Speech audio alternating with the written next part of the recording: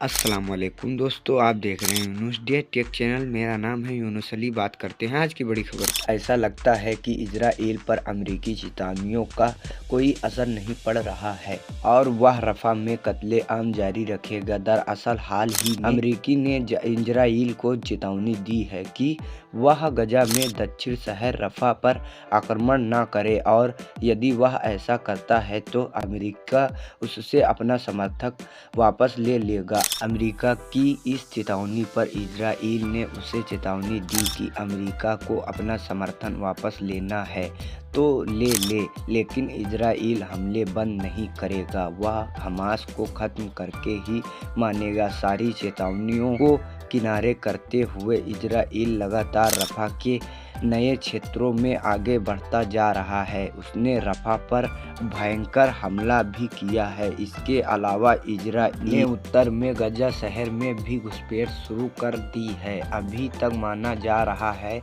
कि इन क्षेत्रों को इजराइल कब्जे वाली सेना ने साफ कर दिया था, लेकिन अब एक बार फिर इजराइल सेना और गजा के लड़कों के बीच टकराव शुरू हो गया है। इन इलाकों में रॉकेट लॉन्चिंग और सैन्य अभियान तेज हो गया है। इन हमलों में 5 इजराइली सैनिक मारे गए हैं और कई अन्य इजराइली हताहत हुए हैं। हमलों की आंच गजा शहर के केंद्र में आल शहर और अल जिटन तक पहुंच गई है, जहां इजराइली और गजा के बीच हमले जारी हैं। वहीं फिलिस्तीन इस्लामिक जिहाद के अल कुद्दुस ब्रिगेड ने इजराइली टैंकों को भी निशाना बनाया। अल कुद्दुस ब्रिगेड के लड़कों ने रफा और गजा में इजराइली हो और उनके सैन्य हथियारों को निशाना बनाते हुए ताबड़तोड़ हमले किए।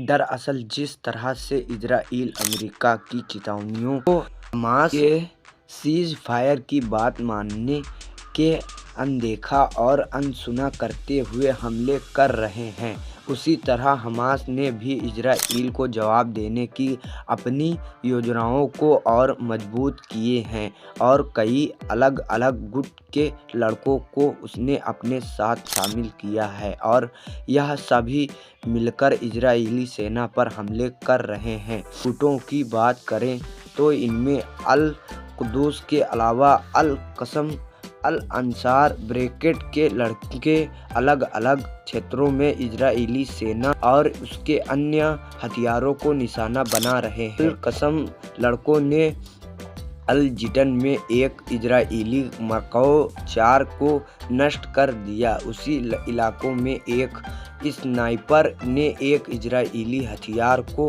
गोली मार दी। लड़कों ने गजा शहर के ऊपर उड़ रहे एक इजराइली हेलीकॉप्टर को सतह से हवा में कंधे से मार करने वाली मिसाइल से उड़ा दिया। दूसरी तरफ अल कुद्दुस और अल कसम ब्रिगेड ने मिलकर पश्चिम की तरफ बढ़ रहे इजराइली सैनिकों और उनके वाहनों को निशाना बनाए। अभी भी इजराइल और गजा की तरफ से लड़ रहे ब्रिगेड के बीच हमले जारी हैं। हालांकि देखने वाली बात यह है कि अब अमेरिका क्या प्रतिक्रिया देता है। अगर इजराइल कमज़ोर पड़ता दिखता है तब अमेरिका क्या कदम उठाएगा, क्योंकि अमेरिका ने इजराइल को हमला न करने की चेतावनी दी थी और कहा था कि यदि इजराइल नहीं मानता है तो वह इजराइल को हथियार देना बंद कर देगा और इजराइल ने अमेरिका की बात